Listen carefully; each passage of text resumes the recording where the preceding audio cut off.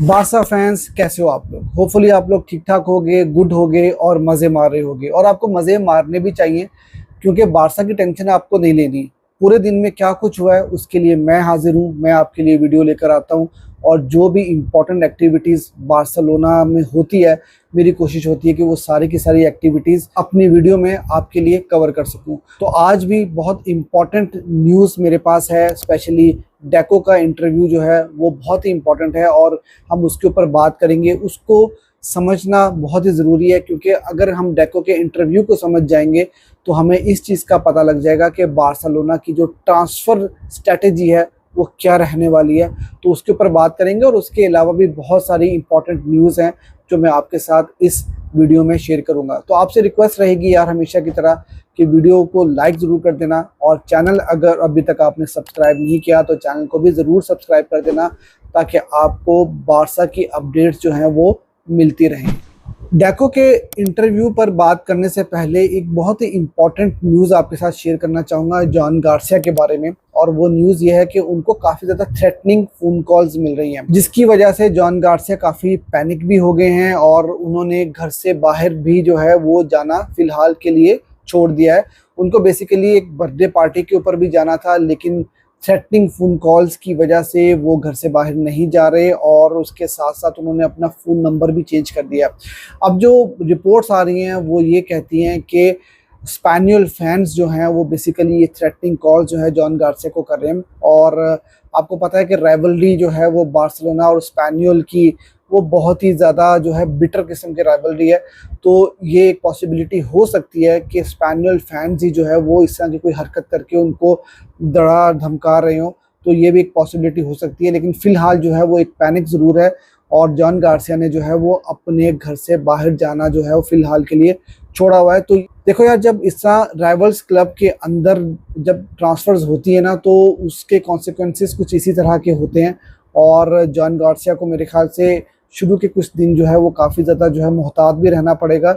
और इसके साथ साथ निको विलियम्स का भी मैं आपको थोड़ा सा बताता चलूँ कि अब बिलबाओ फैंस भी कुछ ज़्यादा खुश नहीं है। बिलबाओ में एक वॉल है जिसके ऊपर जो है वो पिक्चर्स वगैरह लगी हुई थी इनाकी विलियम्स की, निको विलियम्स की, तो वहाँ से निको विलियम्स की पिक्चर को भी हटा दिया गया है। इस बात से हम ये अंदाज़ा लगा सकते हैं कि बिलबाओ को जल्द निको विलियम्स जो है वो छोड़ने वाले हैं। और बार्सिलोना और बिलबाओ की कोई इस तरह की राइवलरी भी नहीं है, लेकिन फिर भी फैंस जो हैं वो अपने प्लेयर्स को लेकर काफ़ी ज़्यादा इमोशनल ज़रूर होते हैं।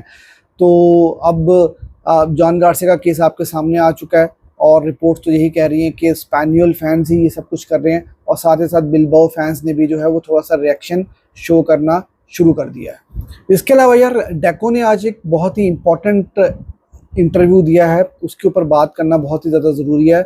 और सबसे पहले मैं डिफेंस को लेकर बात करना चाहूँगा।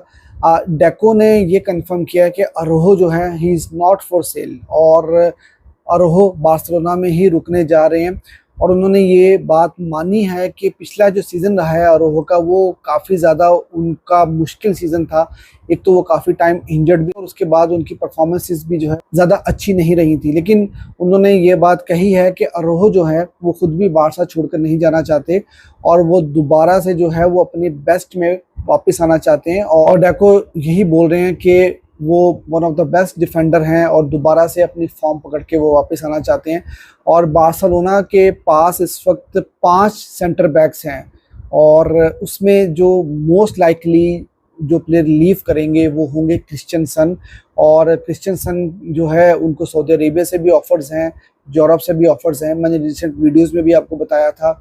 और सऊदी अरेबिया की ऑफर्स जो है क्रिश्चियनसन एक्सेप्ट नहीं करना चाह रहे और वो यूरोप में ही कहीं मूव करना चाह रहे हैं। तो डेको के इंटरव्यू से ये चीज़ तो कंफर्म हो गई है कि अरोहो जो है वो फ़िलहाल नॉट फॉर सेल हैं और अरोहो कहीं नहीं जा रहे। और अगर कोई डिफेंडर या सेंटर बैक छोड़कर जाएगा तो वो क्रिश्चियनसन होंगे। इसके साथ साथ फ्रैंकी डियोंग के बारे में भी उन्होंने अपडेट दी है और उन्होंने यही बात बोली है कि फ्रैंकी डियोंग के साथ भी निगोसिएशंस चल रही हैं नए कॉन्ट्रैक्ट के लिए और बार्सिलोना चाहती है कि वो फ्रैंकी डियोंग को बारसा में ही रखें और वो भी नॉट फॉर सेल हैं। देखो यार, फ्रैंकी का केस भी मैंने आपके साथ कई दफ़ा डिस्कस किया है और मैंने आपको बताया है कि फ्रैंकी डियोंग के जो एजेंट थे वो काफ़ी ज़्यादा प्रॉब्लम कर रहे थे। और तो अब जो रिसेंट रिपोर्ट्स आई थी वो यही आई थी कि फ्रैंकी डियोंग जो है वो अपने एजेंट को भी चेंज कर रहे हैं और अभी चीज़ें जो है वो स्मूथ जा रही हैं। अभी रिसेंटली ये रूमर्स भी आ रहे थे कि अरोहो और फ्रैंकी डियोंग इनमें से भी कोई किसी प्लेयर को बार्सा सेल कर सकती है, लेकिन अकॉर्डिंग टू डेको ये दोनों प्लेयर्स जो है वो बार्सिलोना में ही रुकने जा रहे हैं। तो मुझे नहीं लगता कि अब अरोहो और फ्रैंकी डियोंग को बार्सिलोना मार्केट में सेल करने के लिए प्लेस करेगी। इसके साथ साथ यार उन्होंने शेज़नी के बारे में बताया कि वर्बल एग्रीमेंट दोनों पार्टीज के दरमियान हो चुका है और शेज़नी भी नई डील जो है अगले 2 साल के लिए बहुत जल्द जो है साइन करने वाले हैं। और मैंने कल की वीडियो में भी आपको इस बारे में बताया था। तो वही बात है कि बार्सा के अगले सीज़न के गोल कीपर जो हैं वो जॉन गार्सिया होंगे मेन गोल कीपर, और आपके बैकअप कीपर होंगे शेज़नी। और टर स्टेगन के बारे में उन्होंने जो है कुछ ज़्यादा डायरेक्ट बात नहीं की, लेकिन इनडायरेक्टली जो है उन्होंने ये बात कही है कि वो टर स्टेगन के साथ बात नहीं करना चाहते और वो ये समझते हैं कि उनका काम ये है कि वो अच्छा स्क्वाड बिल्ड करने की कोशिश करें। और उन्होंने बोला कि ये कोच का डिसीजन होगा कि वो किस गोलकीपर को खिलाएंगे और मेन गोलकीपिंग स्पॉट जो है वो किसको मिलेगा। तो बेसिकली यार यहाँ थोड़ा सा मैं डिसएग्री करूँगा डेको के साथ, क्योंकि प्लेयर्स का डिपार्चर होना या प्लेयर्स को बाय करना ये सारा काम स्पोर्टिंग डायरेक्टर का होता है। और यहाँ पर मेरे ख्याल से थोड़ा डिप्लोमेटिक आंसर जो है वो डेको ने दिया था। तो मुझे वही जो मैं आपके साथ रोज़ाना बात टर स्टेगन को लेकर करता हूँ कि टर स्टेगन जो है वो मेरे ख्याल से अब बार्सा के फ्यूचर प्लान्स में नहीं है। और डेको की जो स्टेटमेंट है वो भी कहीं ना कहीं इसी चीज़ को इंडिकेट करती है। अब यार सबसे इम्पॉर्टेंट और हॉट टॉपिक के ऊपर बात कर लेते हैं, वो है Nico Williams.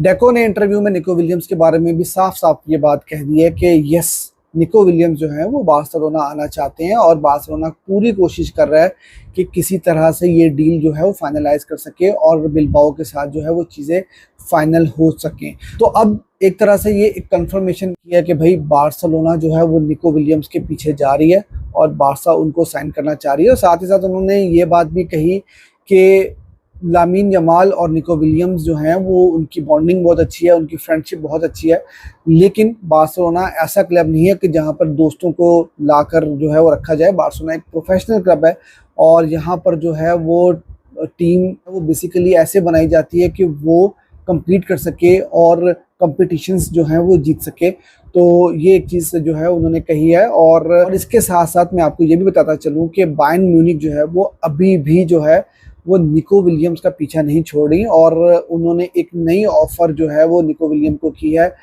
12 million gross salary की, मतलब अराउंड 10 मिलियन ग्रॉस सैलरी वो निको विलियम को देना चाहते हैं। और वो इस इंतज़ार में है कि किसी तरह से बार्सिलोना की जो ये डील है वो कोलैप्स हो जाए, फाइनेंशियल फेयर प्ले का कोई इशू आ जाए या कोई भी ऐसा प्रॉब्लम हो जाए, तो उसके बाद जो है वो बायर्न म्यूनिख जो है वो इस डील को हाईजैक करने की पूरी कोशिश करेगी। लेकिन निको विलियम्स उनका पूरा फोकस जो है वो बार्सिलोना ही है। और तो भाइयों ये था डेको का इंटरव्यू और यही इम्पोर्टेंट चीज़ें थी जो मेरे ख्याल से आप लोगों के साथ शेयर करनी चाहिए थी।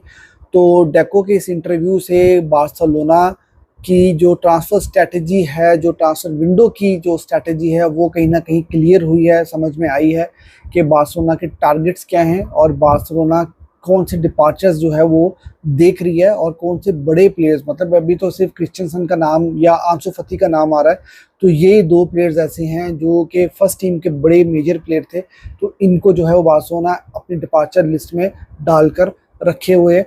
और निको विलियम्स के साथ साथ एक आधी साइनिंग और भी बार्सिलोना जो है वो कर सकती है।